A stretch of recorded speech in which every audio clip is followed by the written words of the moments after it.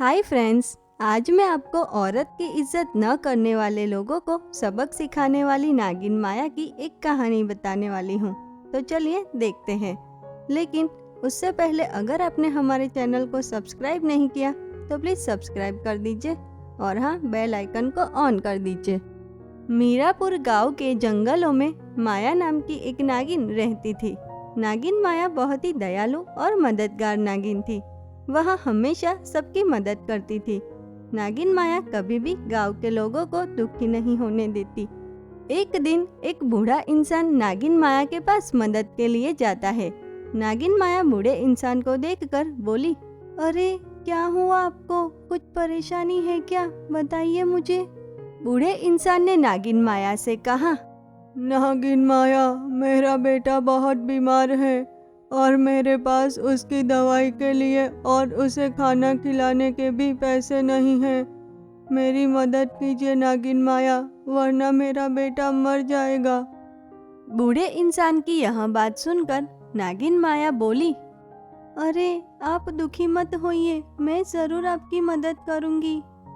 इतना बोलकर नागिन माया बूढ़े इंसान को कुछ सोना मोहरे देती है और फिर वह बूढ़ा इंसान नागिन माया का धन्यवाद करते हुए वहां से चला जाता है। ऐसे नागिन माया गांव में हमेशा सबकी मदद करती थी। एक दिन रात को नागिन माया सबकी मदद करके वापस जंगल में जा रही थी और तभी उसकी नज़र एक छोटे से बच्चे पे जाती है। बच्चे को रोता देख नागिन माया उसके पास जाकर बोली, बेटा तुम रो क्यों रहे हो और इतनी रात को तुम अकेले यहाँ क्या कर रहे हो? तुम्हारे मम्मी पापा कहाँ हैं? बच्चे ने रोते हुए नागिन माया से कहा, मेरे पापा बिल्कुल भी अच्छे नहीं हैं। वो हर रोज मेरी माँ को मारते हैं, उन्हें खाना भी नहीं देते और कभी कभी तो माँ और हमें भी रात के अंधेरे में घर से बाहर निकाल देते हैं। इतना बोलकर वह बच्चा फिर से जोर जोर से रोने लगता है और तभी वहाँ उस बच्चे की माँ तानी उसे ढूंढती ढूंढती वहाँ पहुँचती है। वहाँ अपने बच्चे को नागिन माया के पास देखती है। तभी नागिन माया तानी के पास जाकर बोली, तुम्हारा पति तुम्हें और तुम्हारे बच्चों को इतना परेशान करता है, लेकिन अब और नहीं, मैं उसे नहीं छोड़ूंगी। उसने जो तुम लोगों के साथ किया उसकी सजा उसे जरूर मिलेगी। इतना बोलकर नागिन माया तानी के पति तनय को सबक सिखाने वहां से जाने ही वाली होती है कि तभी तानी उसे रोक लेती है और वह रोते हुए नागिन माया से कहती है, नहीं नहीं नागिन माया, कृपा करके मेरे पति को कुछ मत करना। वो जैसे भी हैं मेरे पति हैं, उनके सिवाय हमारा इस दुनिया में कोई नहीं है। तानी की यह बात सुनकर नागिन माया की आंखों से आंसू आ जाते हैं और वह तानी से कहती है, ठीक है तानी, मैं तुम्हारे पति को कुछ नहीं करूंगी, लेकिन वो तुम्हें और तुम्हारे बच्चों के साथ जो कर रहा है वो ठीक नहीं है। इसीलिए तानी, हमें उसे सबक तो सिखाना ही होगा। तानी तो नागिन माया की इन बातों का कोई जवाब नहीं देती और अपने बच्चे को लेकर वहां से चली जाती है। अगले दिन सुबह तनय जब उठता है तो उसे घर में कोई भी दिखाई नहीं देता और यह देखकर तनय बहुत ही गुस्सा हो जाता है। वह गुस्से में आकर घर की सारी चीजों को इधर उधर फेंकने लगता है। तभी तनय की नजर टेबल पर रखे हुए एक खत पे जाती है।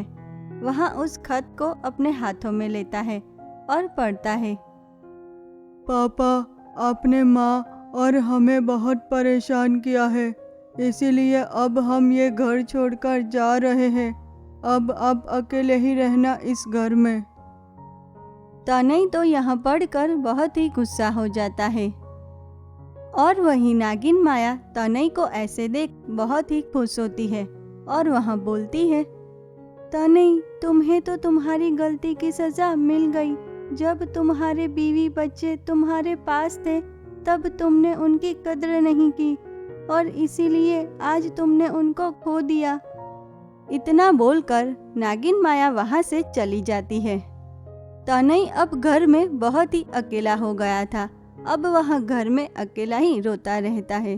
ऐसे देखते ही देखते 1 महीना बीत जाता है और फिर एक दिन अचानक तनय को अपनी गलती का एहसास होता है और वह रोने लगता है।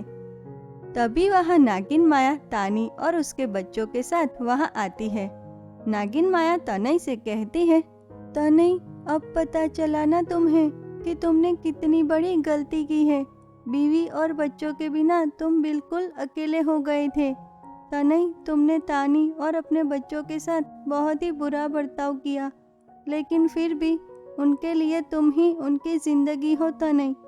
तनय, तुम्हें तुम्हारी गलती का एहसास करवाने के लिए ही मैं तानी और तुम्हारे बच्चों को मेरे साथ ले गई थी।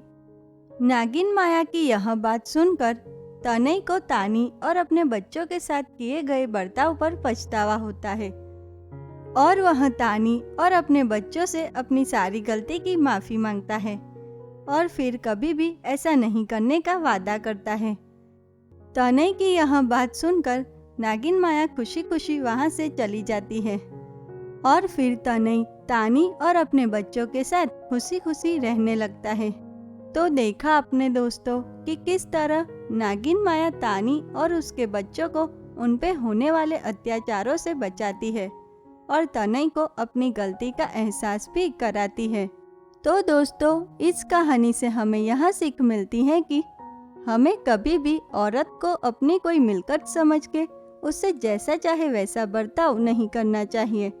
हमें हमेशा औरत की इज्जत करनी चाहिए, हमेशा उनका सम्मान करना चाहिए, क्योंकि जिस घर में औरत की इज्जत होती है उस घर में हमेशा खुशियाँ ही होती हैं। तो कैसी लगी आपको हमारी ये कहानी? अगर पसंद आई हो तो प्लीज़ लाइक कीजिए, शेयर कीजिए और हाँ, सब्सक्राइब करना मत भूलिए। तो चलिए मिलते हैं ऐसी ही एक और नई अनोखी कहानी के साथ। तब तक के लिए धन्यवाद।